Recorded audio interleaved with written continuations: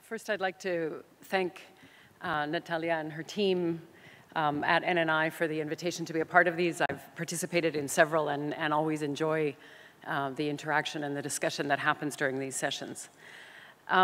Today, as was introduced, we're going to talk about setting the stage for the discussion of the 3 days. I'm going to start by talking a little bit about the magnitude of the challenges that we're dealing with, the prevalence of the problems, what's the nature of those problems, some of the determinants of those problems in nutrition in children. After that, after the break, it'll be followed by a presentation which unfortunately our speaker was unable to attend today. At very last minute, she had an issue that didn't allow her to travel. But she's going to her presentation is going to be given in absence by Dr. Usha Ramakrishnan. And she will spend a bit of time talking about what we know about what and how children are being fed and the importance of that for childhood nutrition. After lunch, we'll talk about the experience and evidence related to mechanisms and methods for improving nutrition. That will be given by Dr. Usha Ramakrishnan. I'll introduce each of the speakers before their time. And that will be followed, as Natalia mentioned, by a real deep dive into what we know about the composition of foods, what we know about the food composition tables, the strengths and weaknesses of those, and some of the challenges that we have in that in terms of truly understanding what children are actually eating, the nutrient value of the foods that they're eating. And then finally, we'll take a deep dive into looking at micronutrient interventions and the balance of safety and potential for beneficial impact of those interventions. So I think with that, I'll go straight into my own presentation. So I think, I'm not sure if you all know the format of these meetings, but perhaps good to have just a moment. We have an hour for each of the presentation slots. The presentations will take approximately 20 minutes to half an hour of that time, and then we're hoping for a very lively discussion. And we're hoping that those of you who are with us online will also participate in that discussion. My understanding is that there is a mechanism that those questions can be forwarded to us so that we can keep a lively discussion going on. All right, so let's talk a little bit about the challenges of nutrition that we are facing. I'll take a moment to talk about some definitions and some consequences of malnutrition briefly. Trends in the prevalence of malnutrition in infancy and young children, and then we're going to look at some of the progress in addressing those challenges and some of the determinants that may be fostering or impeding the progress to addressing those nutritional challenges. So I want to take just a moment. This screen is really far away, and I can't actually see it. I don't know if it's too late to be able to move it forward or not. But it's too far for me to be able to have to be able to read what's actually on my slide. So I'm going to have to turn this way. I'm sorry, I'm going to have to be going back and forth a little bit in this direction. I wanted to take a moment to talk a little bit about what we mean by malnutrition in all of its forms. A few decades ago when we were at these meetings, we would talk about malnutrition and we would talk about wasting, we would talk about stunting, micronutrient malnutrition. We can no longer only talk about those challenges in infants and young children pretty much everywhere across the world. We're still faced with the challenge of child stunting, low height for age, of child wasting, low weight for height, of child overweight is now also becoming a challenge across all of the countries in the world. We'll be looking at that shortly, which is high weight for height. And just in case, I'm sorry, the pointer doesn't work here, but if we look at the graph on the far side, just in terms of how we define these problems, I think you all know we have a distribution of height and weight within the population, and what we define as stunting and wasting is below a cutoff point on the low side of those indicators, height for age, weight for height, and typically define that as less than 2 standard deviations below the mean, so -2 Z-score, they're often referred to. And in children, we define overweight as above on the other side, above 2 standard deviations of weight for height above the distribution.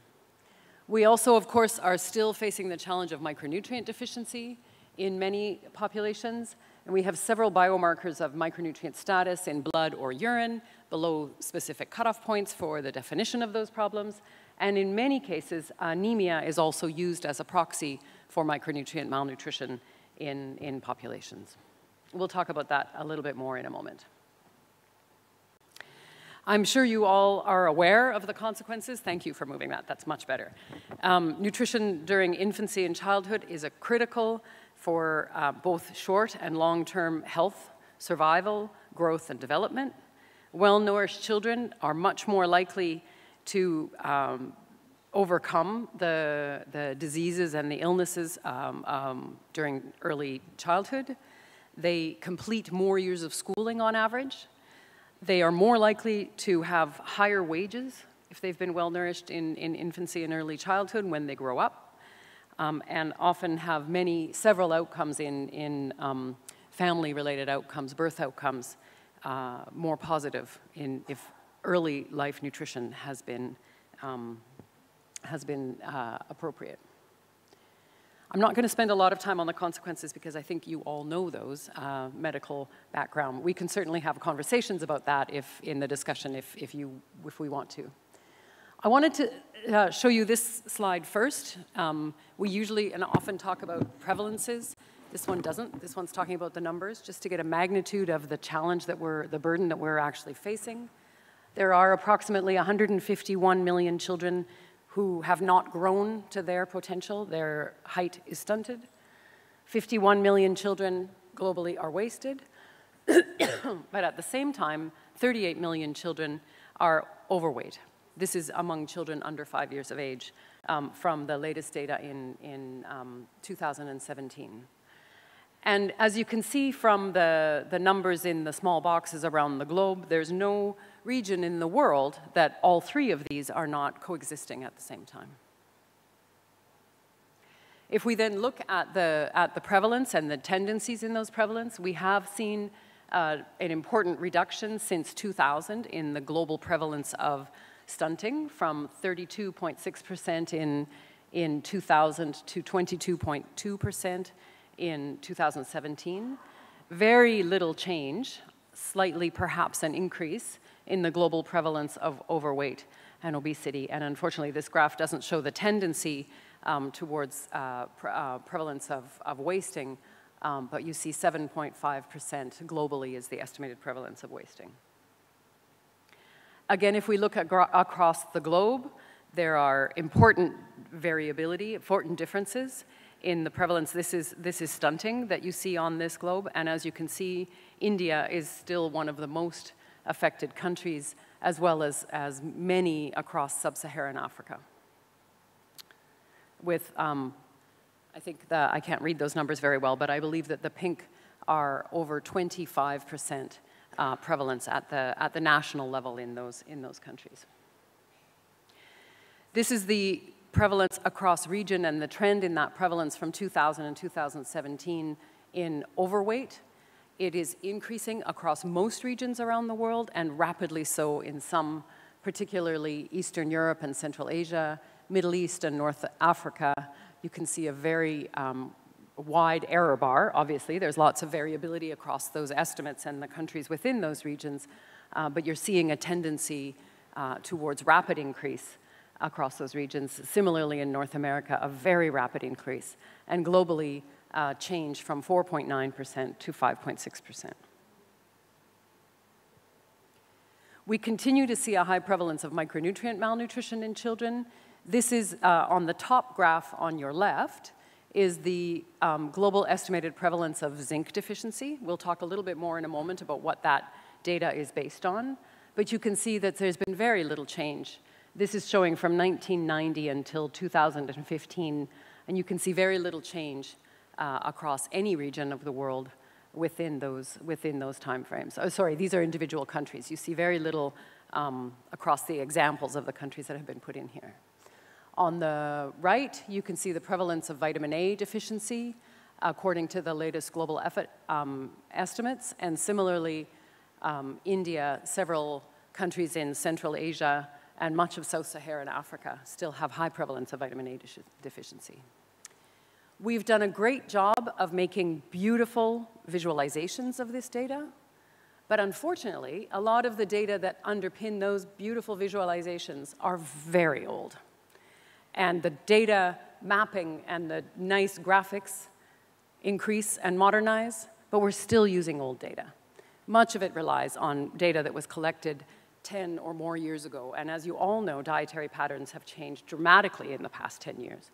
Few nutrients are reported globally. Some countries have a robust analysis of micronutrient deficiency in their population, but not very many. And at a global level, we're typically seeing prevalence estimates of anemia, sometimes vitamin A, and sometimes a few other nutrients, iron. But usually what we're seeing in most global estimates are based on anemia. Thus, anemia is still being equated with micronutrient deficiency, whereas we know it's not the only determinant of anemia. We'll talk about that more later. We're relying on, in many cases, imprecise indicators, and here we're going to go back up to our graph here on global zinc deficiency. In reality, that graph is generated from FAO food balance sheets, which estimates the availability of food according to production and trade within a country, estimating how much zinc is available for the population, and then estimating the prevalence estimates based on that. That's not a reflection of actual status of individuals in a population. It's a potential risk. It's not an actual indicator of status. There's been some progress on refining and improving those indicators. There's a large consortium called the BRINDA Consortium who have been looking at indicators, looking at some of this data. The World Health Organization has done several convenings to look at indicators of iron and anemia cutoffs and several other indicator data, and we're getting there in terms of refining and improving our indicators, but we're still not collecting data on a regular basis across most countries globally. There's growing evidence that countries are affected by multiple forms of malnutrition. You've probably all heard the double burden of malnutrition, but it's used indifferently to state that a country faces, often used indifferently, to state whether a country faces two challenges of malnutrition, but that doesn't actually tell us, are those the same people or are they different people? So this graph, which was published in the latest Global Nutrition Report, tells us that, for example, the countries that are in the orange color have overweight, anemia, and stunting, but it doesn't tell us, are those the same people, or are the people living in low-income people in rural populations those that are stunted, and the people in urban areas are those the ones who are overweight? We don't know from these types of global data that look at a national level. There are some studies that have looked at the prevalence within households, for example, an overweight mother with a stunted child or a wasted child, or also there are some studies that have looked at the individual level, but mostly when you see prevalence estimates at a national level, they will report the prevalence of overweight in children, prevalence of micronutrient malnutrition, and so forth, but they don't necessarily provide you with that detail to say who are those people who are affected and how many of them have multiple burdens, shall we say, of malnutrition within individuals. So going on to the question of progress, what do we know about progress? Again, from the latest Global Nutrition Report, several countries have shown substantial increase in, or improvement, shall we say, in their in reducing stunting. So between 2000 and 2017, Nepal, for example, reduced the prevalence of stunting from 57.1% to 36%. 36 is still very high, but that's a very large drop. Lesotho, similarly, reduced from 52.7 to 33.4%. And I've put a graph here, or a figure here, of the progress made in Brazil. Brazil is similarly a country that has made substantial progress in reducing the prevalence of malnutrition. And this is a nice graph because it provides you not only the prevalence of those indicators of status, but some of the actions that have been occurring in that country that may have contributed to those actions.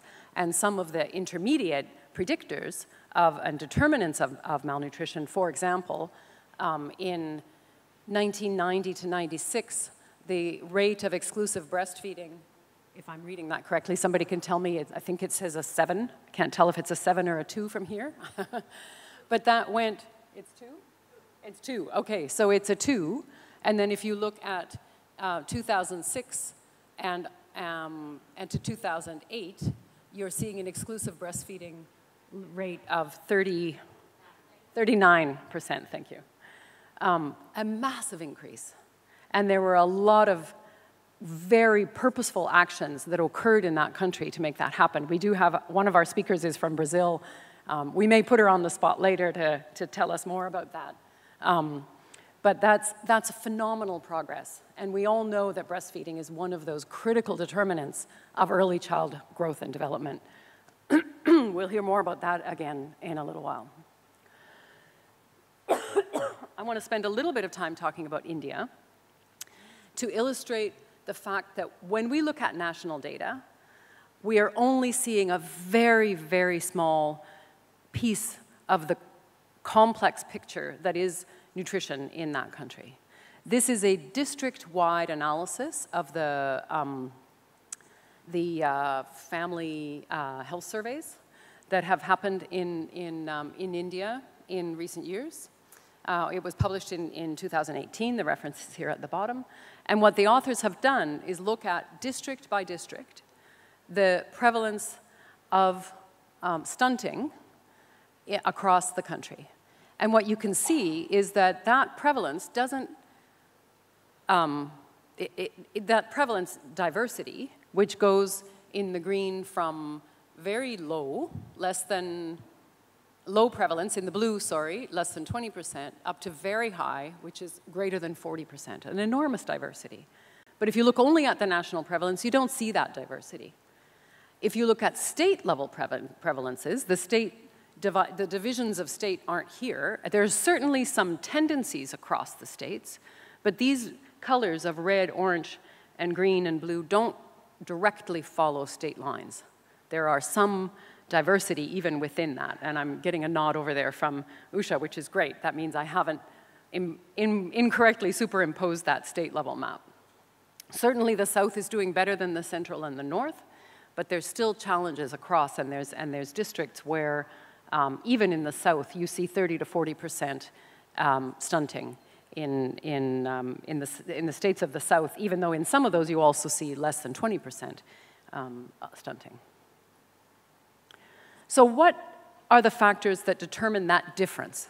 So this isn't about the determinants of stunting. This is the determinants of the diversity of that stunting across the districts that you saw. And what you can see from this graph is that several of these are nutrition related. The light blue at the top is adequate diet. The gray is low BMI in the mother. Many of these have nothing to do with nutrition. ANC visits, at least 4 ANC visits, so that's adequate care during pregnancy, is an important predictor. Schooling of the mother is an important predictor of that diversity. Being married after 18 years as opposed to being married before 18 years of age. Open defecation, asset score, household size. And then we still have this great big white corner, 29% of that variability across districts is unexplained by any of these factors that we know are important determinants of stunting. There's so much we don't know about those determinants, but yet we know so much, and so much of it is not nutrition. Yet we tend to equate stunting with a nutritional problem. Stunting goes far beyond just a nutritional problem. We'll come back to that again later.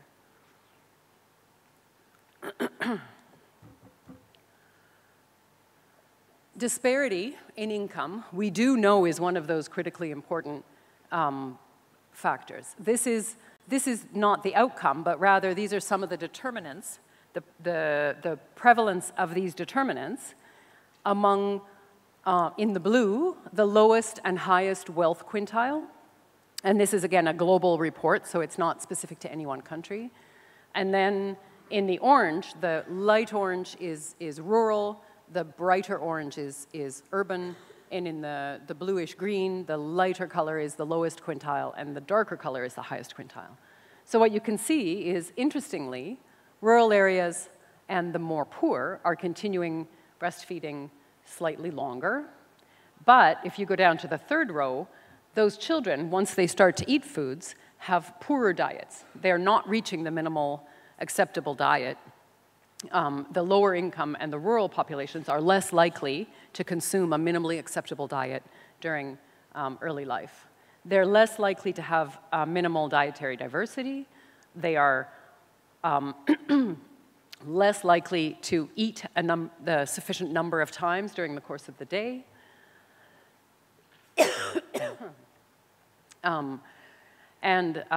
Yeah, I think I'll stop with that one. You can see the trend here that we're indicating. But interestingly, and I didn't want to leave out this slide, there are also, we're coming back to the question of what is determining these differences. So socioeconomic is one of those factors, but there's also important differences across the level of policy support and programmatic support to address the challenges. And sometimes those, in this case, are quite variable across state lines. And so this is data from the Global Nutrition Report in 2016, so a few years old. So I apologize if these policies have been updated and this slide isn't up to date. But what they did, these authors, was to look at whether the state mission, nutrition mission, across 6 states of India had included targets related to specific nutrition outcomes in their policies and their programs. And what you can see is that there's no consistency across these states. Most do not have targets related to low birth weight. None of them did. None of these 6 states did. None of them had targets related to overweight and preventing and controlling the spread of overweight in young children and under 5s. Only one had a stated target, Uttar Pradesh had a stated target related to exclusive breastfeeding. Similarly, only Uttar Pradesh had a stated target related to anemia, reduction in women of reproductive age, and only 2 states had targets related to under 5 stunting and under 5 wasting. Targets don't mean they'll be reached, but they mean political commitment to try to reach them. And political commitment doesn't necessarily mean the program will happen, but the program won't happen without political commitment. It's a necessary step in the process towards the implementation of programs. And so this is an important factor to be considering. And again, if these data are out of date, I apologize to the states for showing the out of date. But it's not that old, so let's hope that there's been some change in the meantime. Okay, so let's take a few moments to explore determinants of malnutrition. I think you all know that there are dietary factors, behavioral factors, and biological factors that are direct determinants of malnutrition. I think you probably also know that underpinning those, there are several factors that can either favor or impede improvements in nutrition. The food environment, that is, what foods are available, what are affordable, what foods are being promoted, what foods are accessible to those, to the consumers in the places where they shop, where they work, where they live, where they procure their food, where they produce their food. The social environment, the norms are related to breastfeeding, related to hygiene, related to marriage, age of marriage, the age of first child. The health environment, access to preventive and curative care, and then, of course, the living environment, the built space, water and sanitation, and so forth. Underpinning those are income inequity, trade, urbanization, globalization, food systems, social protection, et cetera, et cetera. And then, of course, as we stated before, underpinning all of that is the political commitment and the political will to make the changes that need to be made to alter those conditions as you move up through that, from the very far away to the very proximal determinants of malnutrition.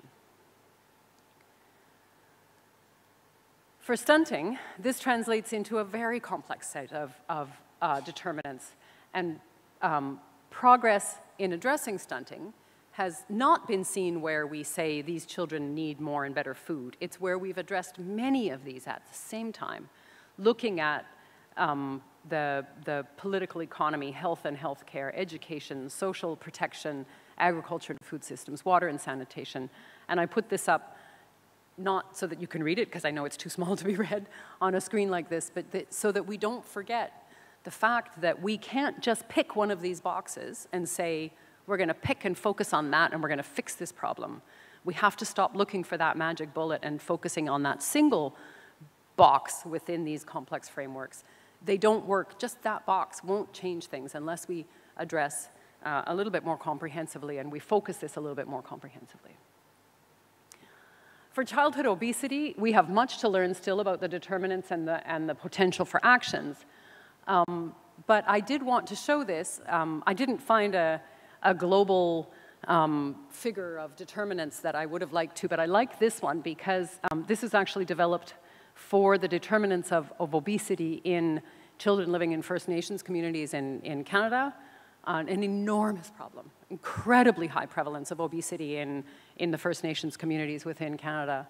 And if you look at this graph, this figure, it's based on what's called the socio-ecological model, which places the individual at the center, but within their interpersonal, their family and peers, their community and their social environment, the built environment, society, and then obviously the broader context. And in this case, they've focused on the historical context of the loss of traditions with colonization of North America.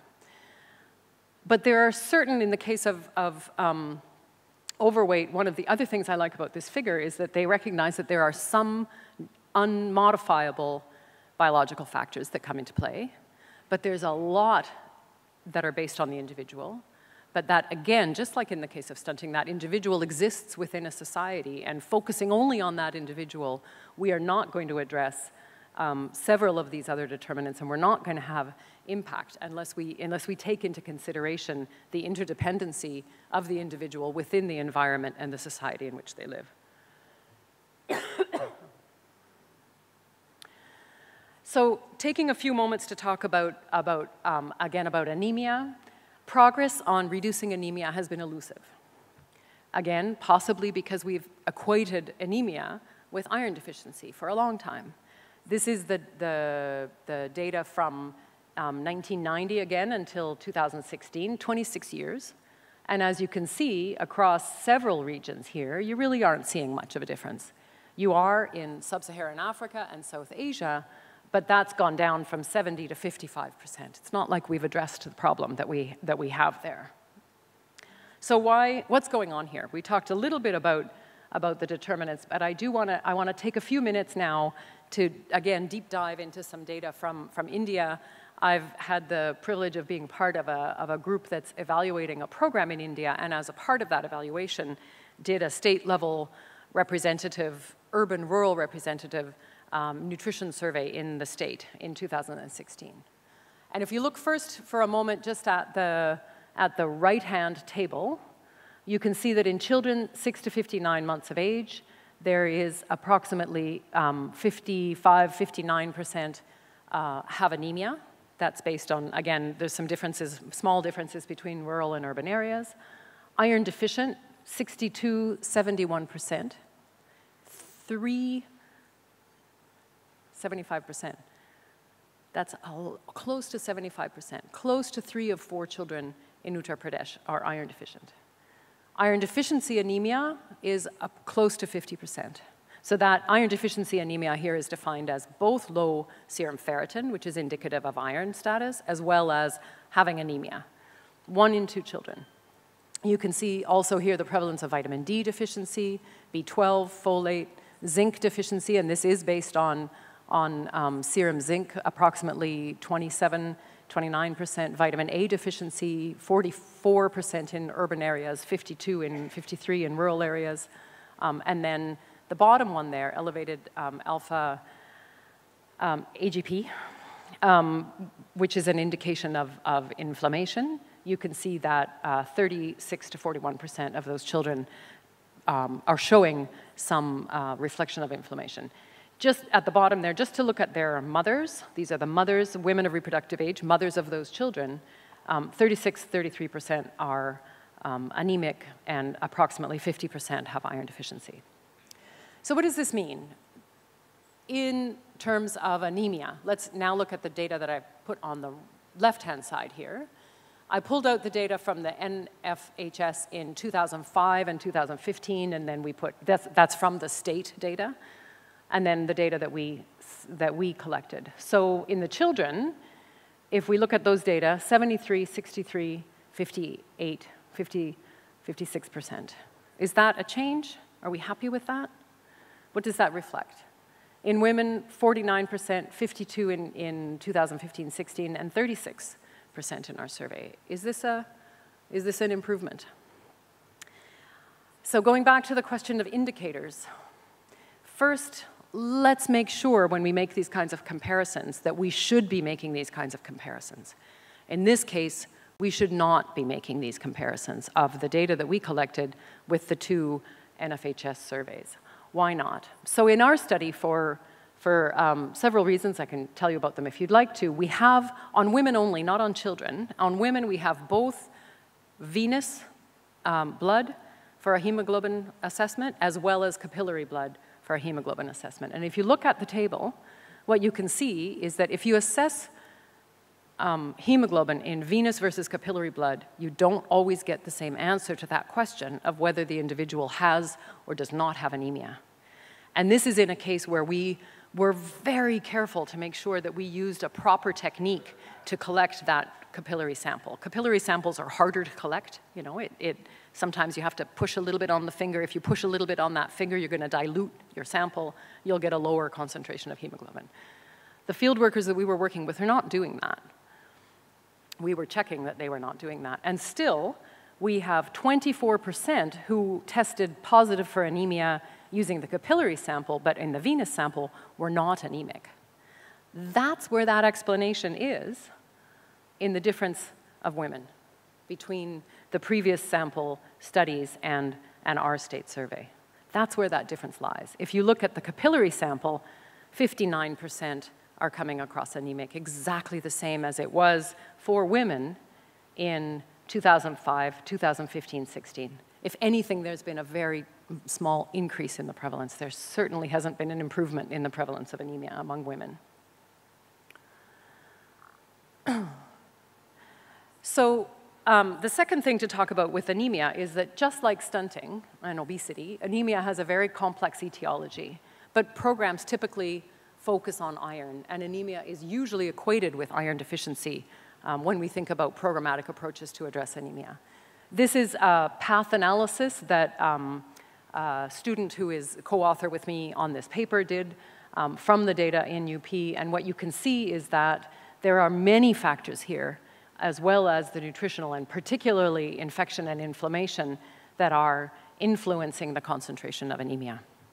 I'm not going to go into the details, but what is very clear from this analysis is that even though iron is a critical determinant of anemia, it is not the only determinant of anemia. There's a large proportion of anemia that is being explained by infection, by inflammation, and by the deficiency of other micronutrients, not just iron.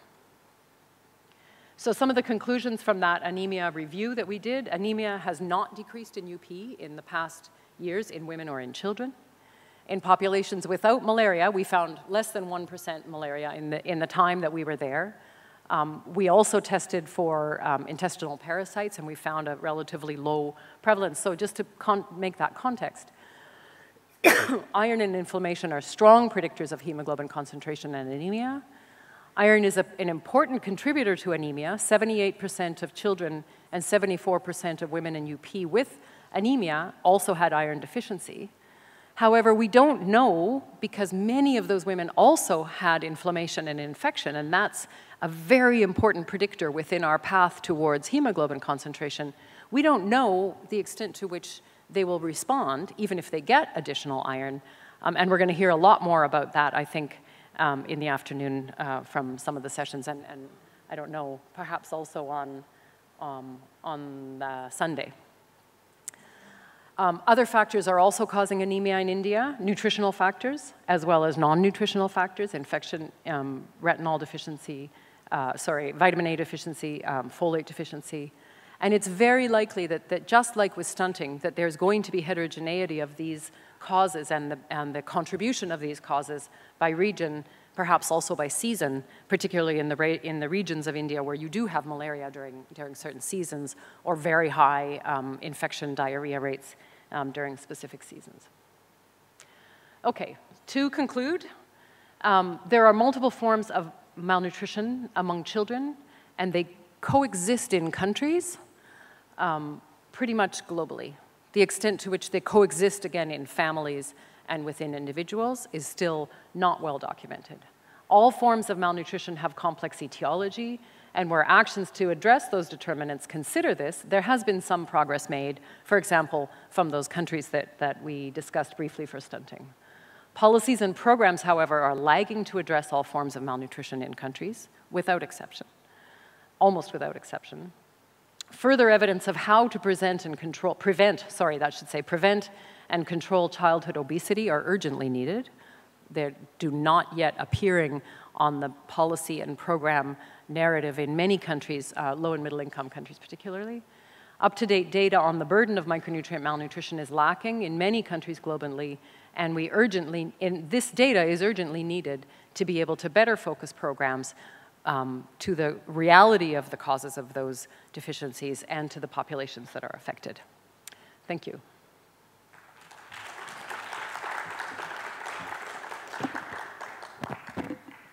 So we have half an hour, 25 minutes, 20 minutes? Okay. For discussion and questions, I suspect I already have some. Okay. Yes, please make sure that you press the microphone that's on your table if you wish to speak, and also please introduce yourself before you speak. Go ahead. Thank you, madam, for your excellent lecture. So, I am Dr. Sujay Chaudhary. I belong to North Bengal Medical College, Siliguri, in the Department of Pediatrics. So, I have some question regarding the overweight and stunting. It is rampant in Africa. In your map, we have shown it. Though malnutrition is prevalent, I think the IUGR babies have got a big role to play for maintaining the obesity and overweight in the developing countries like Africa and India. Because of the Barker's hypothesis, we know that the intrauterine malnutrition can cause some changes in their genes, like thrifty genes. And after delivery, they have got voracious appetite and catch-up growth, and very soon they become obese. And not only that, they become metabolic syndrome in later life, like diabetes, coronary heart disease, hypertension, etc. also. So that can explain in poverty-stricken developing countries, there is a lot of overweight as well as stunting and anemia also, that part. Another part I am liking to draw your attention regarding anemia. There is a lot of thalassemia is also present. And particularly in Northeast India, thalassemia eat rate, and they require frequent blood transfusion, even the chelating agents also. Apart from the iron deficiency, thalassemia also play a big role, and government has partly started some genetic counseling before marriage. And another cause of anemia in our country also is the delayed weaning. They depend too much on milk diet. Even breastfeeding after 1 year and solid food is not introduced, so much thing. And another point regarding the stunting, we know that the genetic malnutrition, the low birth weight girl will be stunted. They have short pelvis, and they will again give rise to the small babies after their marriage also. Yes. So in this way, these things go on generation after generation. This is we call the genetic stunting or genetic malnutrition. Yeah, lots of different things, and I think I will just pick up on a couple. So within the analysis of anemia determinants, we did do testing for thalassemia, and actually in UP found very low rates of thalassemia among our representative sample of that state. But it did show up in our model, and it was up there on the far top corner if you have an opportunity to look at the slides. It is taken into consideration there, and we agreed that that definitely needs to be taken into consideration. But it wasn't as highly prevalent as we thought it might be. In terms of intergenerational effect of malnutrition, we've seen that across many parts of the world. And being born small definitely puts the mother at risk, but I wouldn't equate that with genetic. There's the intergenerational transmission of the poor nutrition from generation to generation, and that's a part of what we need to break with intervening, delaying pregnancy, ensuring maternal proper nutrition so that that baby is born larger, and then it can continue on. So I think I'm gonna give an opportunity. I don't know if either Kim or Andrew, are either of you going to pick up on Barker hypothesis and, okay, all right. So that conversation will come back on Sunday. Yes, so I will leave that discussion for Sunday, okay. Any other comments or questions? Andrew. Lynnette, thank you very much for a great overview. I was really interested in Jess Fando's analysis of the quintiles and the urban-rural, and what struck me most was that the differences were very small. Yeah. Is that a reflection of the fact that the data has been aggregated across all those very, very many countries? Presumably in some countries, if you looked at it, you'd see huge wealth quintile differences and huge urban-rural differences. Yeah. I think that's exactly right. I think there's just so many countries in that analysis that you're seeing countries where that disparity isn't as great. And it's just blurring a little bit the potential. Let's just go back to that there, sorry. Yeah, it very likely that's why you're seeing some of that. Yeah, it's a good point. Thanks. Yes. Please remember to introduce yourselves. I think you might have to hold the microphone. Yeah. Hello. Yes. Very good morning to you. Morning. What I would like to emphasize that percentage do not always reflect the population that we have here.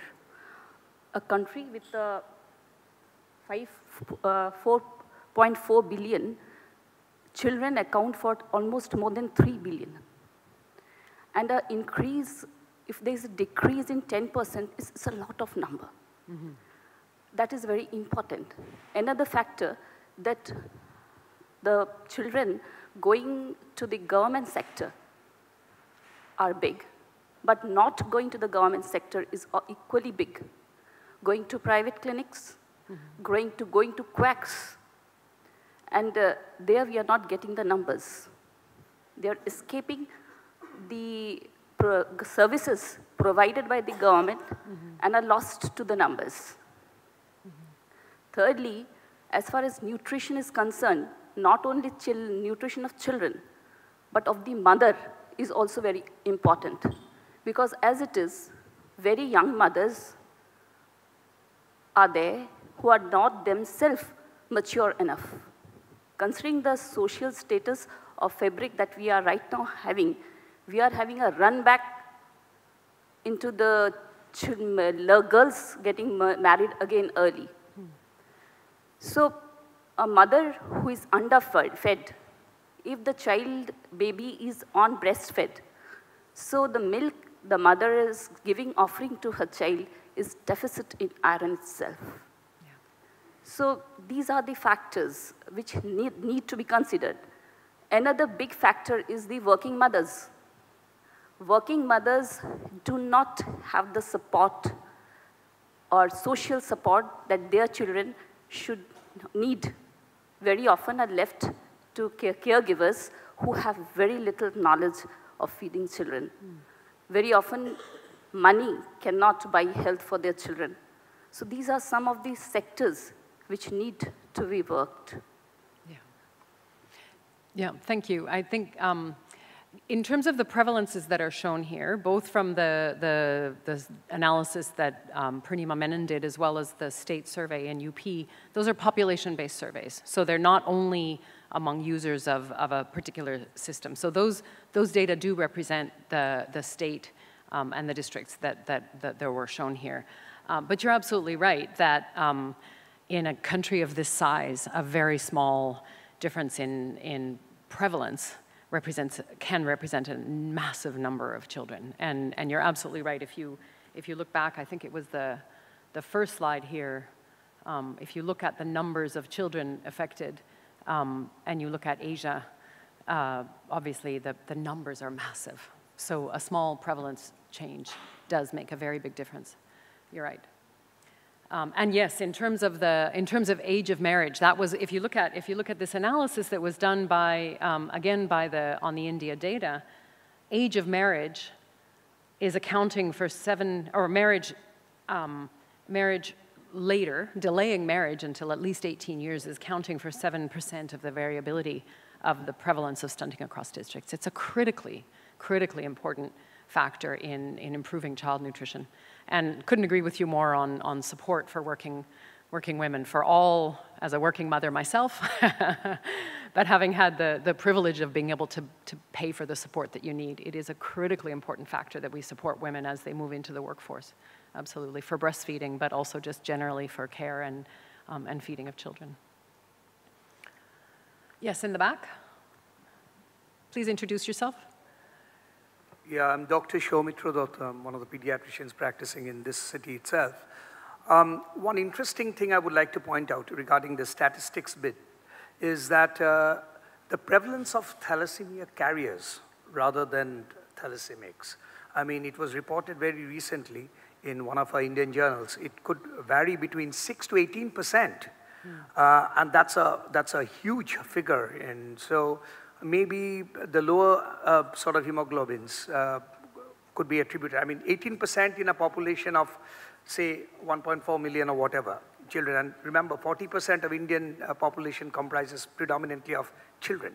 So it's a huge amount which might possibly tilt the balance, against what I'm saying is predominantly nutritional anemia.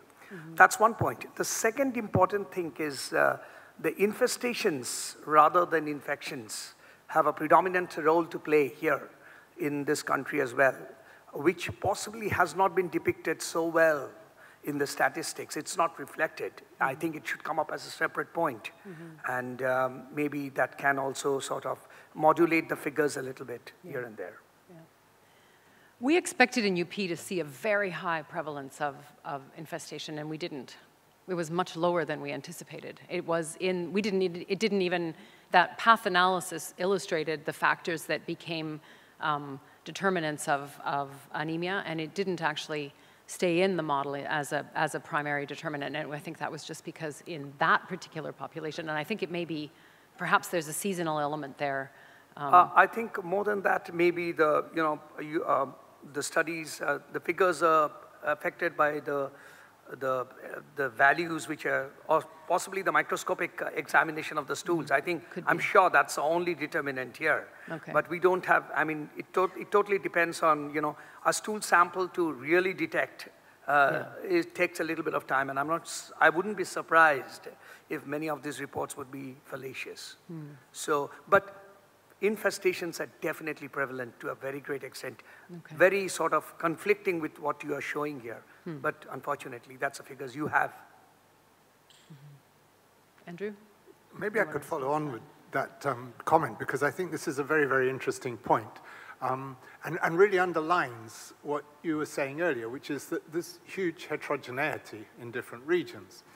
So if you looked at our data from the Gambia, you would have really very similar iron deficiency and prevalence of anemia rates. But even when examined extremely carefully in a top quality lab, we have very little infestation. And that's just making the point, not that the data are necessarily wrong in one place or another, but that there is this heterogeneity.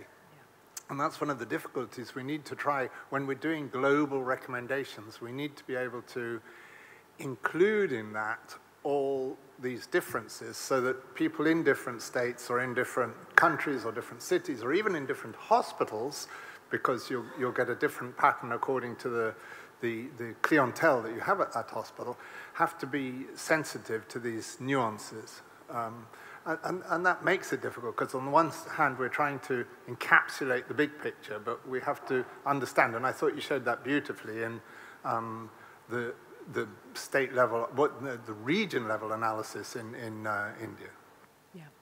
Yeah, and I think adding to those different sources of variability, I think season is also coming into play here. And obviously in a cross-sectional survey of this nature, it's basically 2 months of the year, and that might be very different across the different times of the year when different infections are coming into play. There were 2 hands here. Yes, go ahead. And then Ravi, pediatrician from Mysore. Thank you very much for your presentation, ma'am. I have a question. Knowing that epigenetic changes can occur because of maternal malnutrition, for example, the Danish winter hunger study, are we taking into account these epigenetic changes when we are looking at stunting in the baby? Yeah, yes.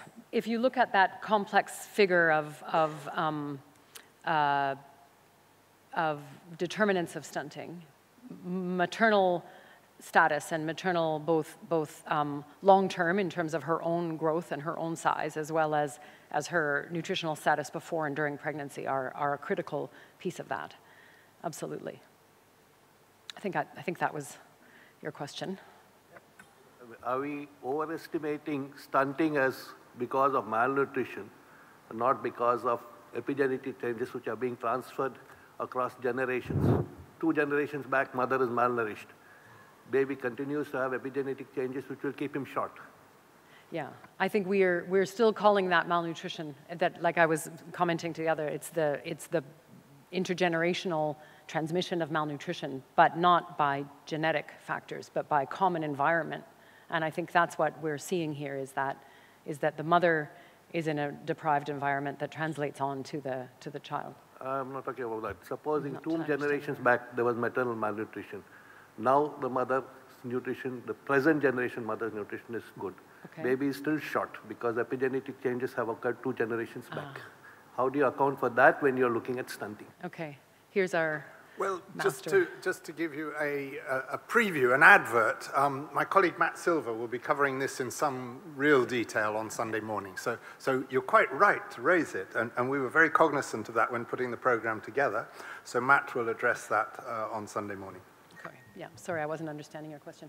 All right, so in the back, and then over here, and then over here, yeah.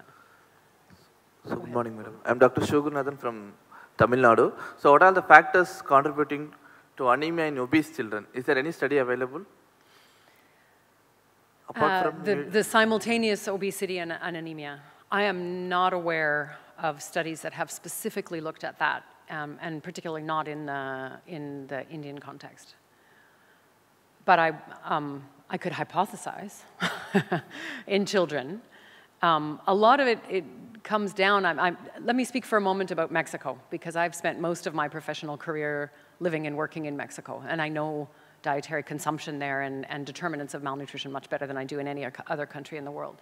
In Mexico, obesity in young children and anemia and even stunting, the nutritional component of that stunting have a common etiology, and that is very short duration of exclusive breastfeeding, early introduction of very low nutrient dense foods, and we're going to hear, I think, a little bit more about this both from Dr. Bentley's presentation that Usha will give and probably several others.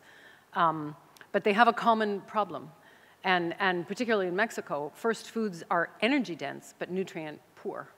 And so you have a common etiology there, even if that in-depth analysis and that mapping, sort of the path analysis, hasn't necessarily been done. I think we know in some countries we know enough about what children are eating to know, but I think let's leave that because we're going to come back to what children are eating in quite detail in the next presentation. So I think the fellow in the green shirt over here on this side. Oh, sorry. Yes, go ahead.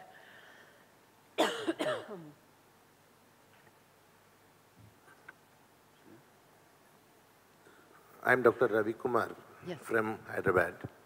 See, I have a little technical doubt. You are collecting the capillary blood sample. Can we know the technique, how you collected that capillary blood sample?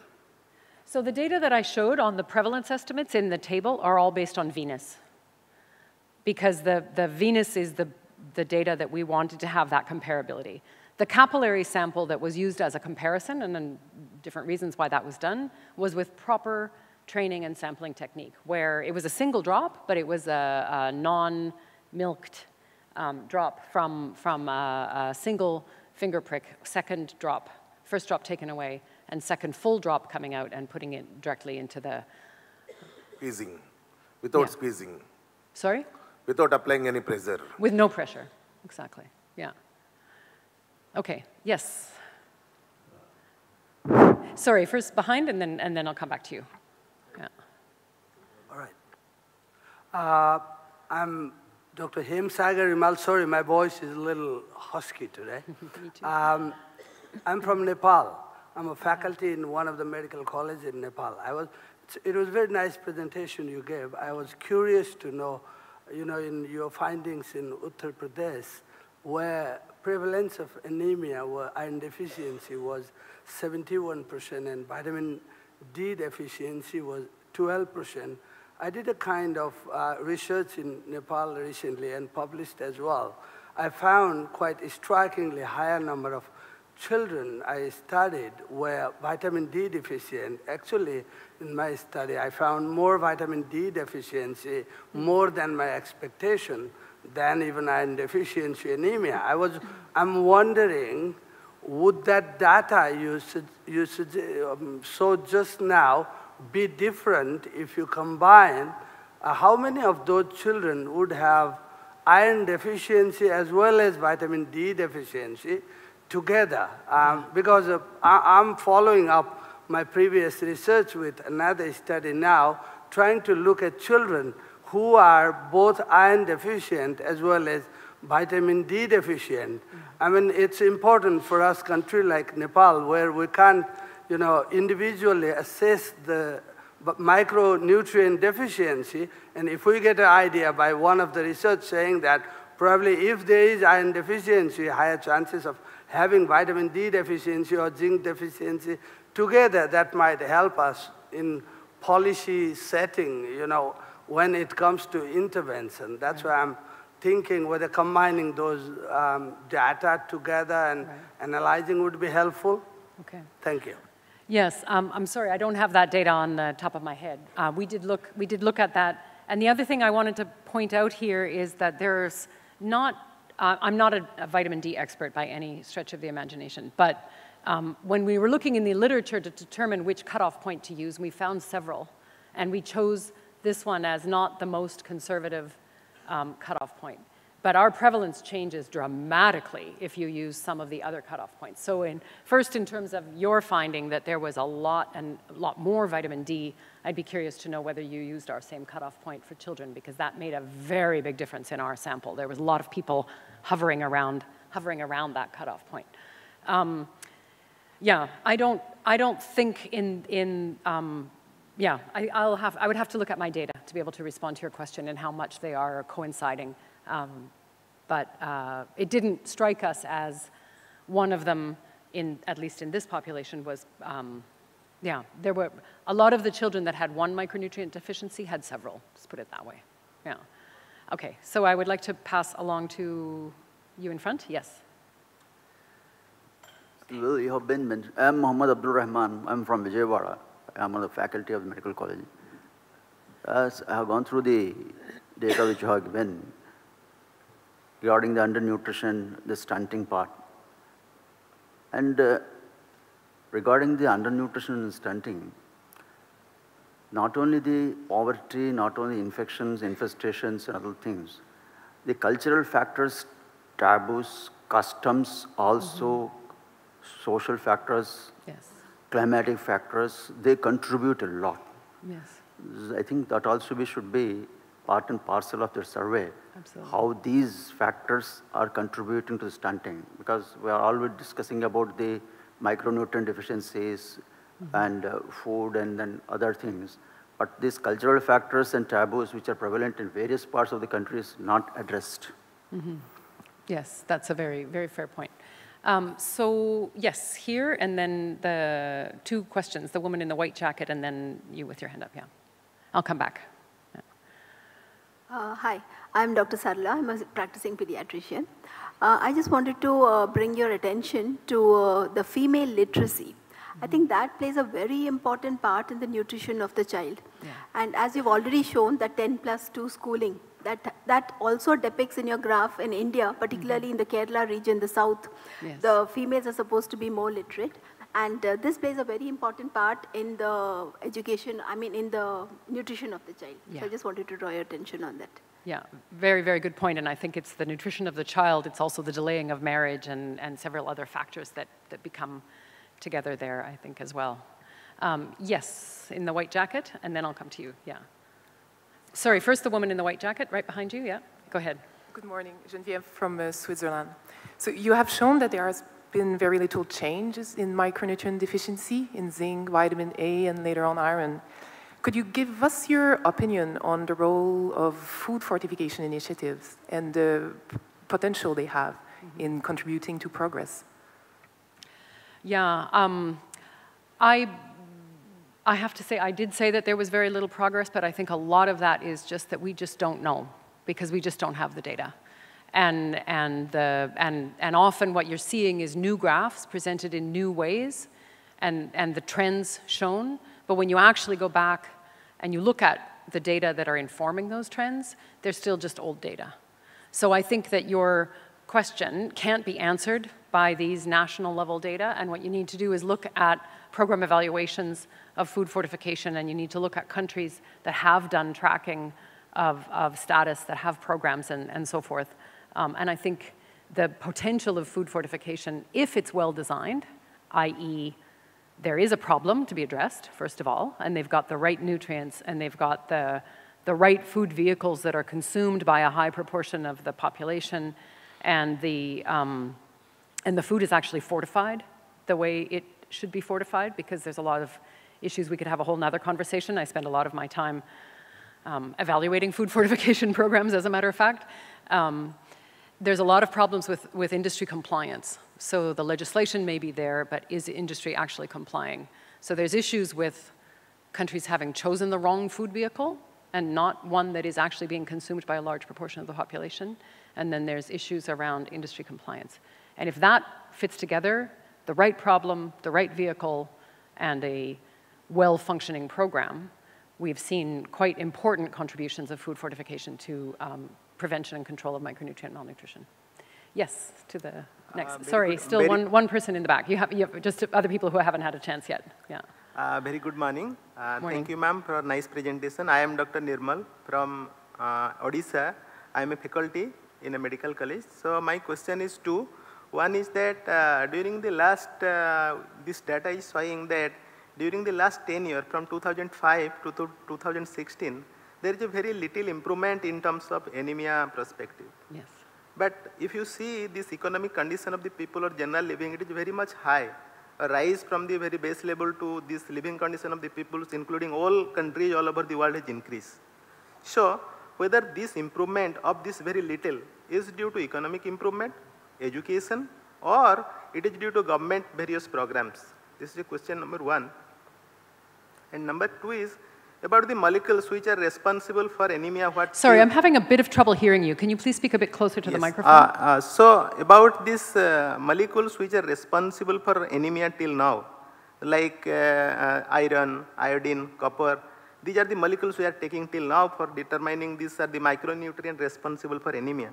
So whether my point is that though there is a lot of improvement in terms of social, in terms of economic, and nutritional supplementation by the government programs, are we missing something, some molecules which are not yet determined as a factor responsible for anemia?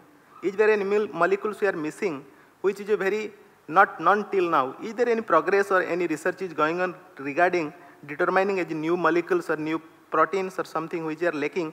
They are responsible for anemia as a whole. Yeah, so I'm not sure I understood everything. Sorry, it was just a little bit difficult to hear. But my argument is that we're not seeing much of a change in anemia.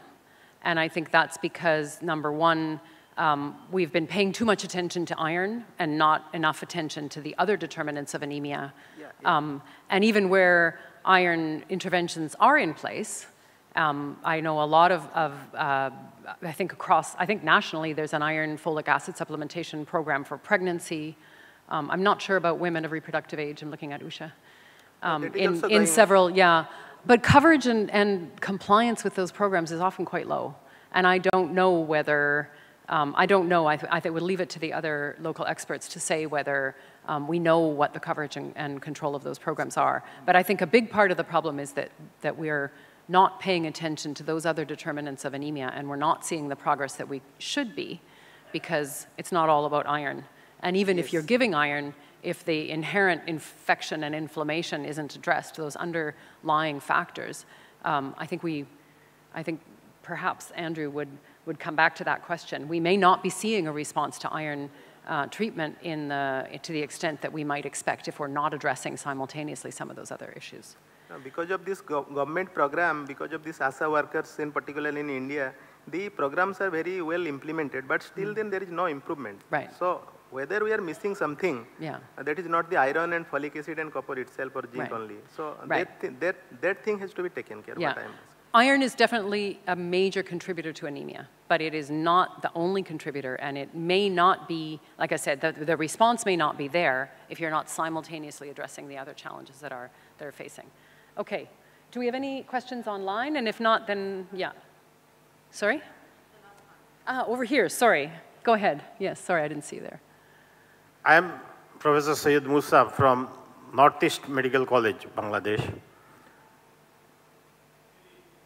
My observation is that most of the mothers start feeding in our area rice-based, only with mashed rice.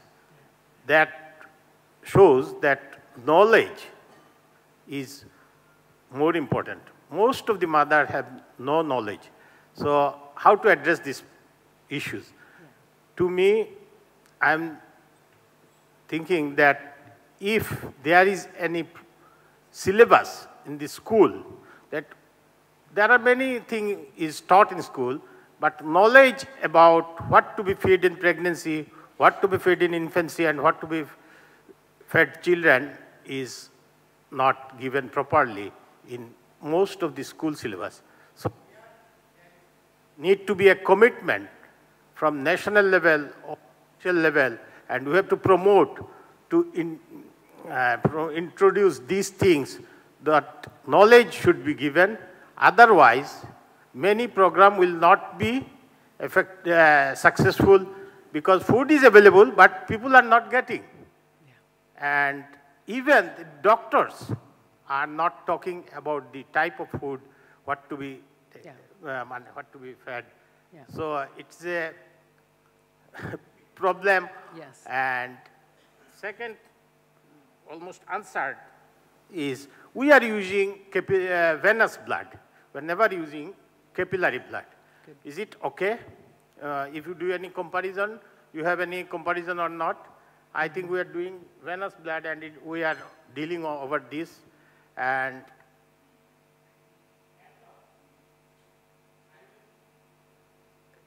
request every doctor to give emphasis on nutrition. Without nutrition, and only pediatrician are treating patient, without nutrition, it will not be very good to improve the child health. Thank you, madam. Yeah, thanks. So I think we're going to hear a lot more about children's diets, and I'm assuming there'll be some discussion there about the factors that contribute. That certainly knowledge is one of the constraints, and I think when you start looking at different subsets of the population, there are several others as well, including economic, food access, and many others, and I think we'll come back to that. But absolutely couldn't agree with you more that there is an important role for the pediatrician, for the physician, and other medical care personnel in transmitting and sharing nutrition knowledge. I'm going to pass the word to Usha. Yep. You have to push it. Keep it pushed. You have to just keep it, yeah. Excuse my voice. It's been a really lively discussion. One point I would like to emphasize as someone who's worked on maternal nutrition, the issue of generational effects were brought in, but even if with iron, the maternal nutrition, her status is crucial to what the baby gets during the, once he or she is born, and that's kind of why if we cut up the times, the pediatrician's often seeing the end product.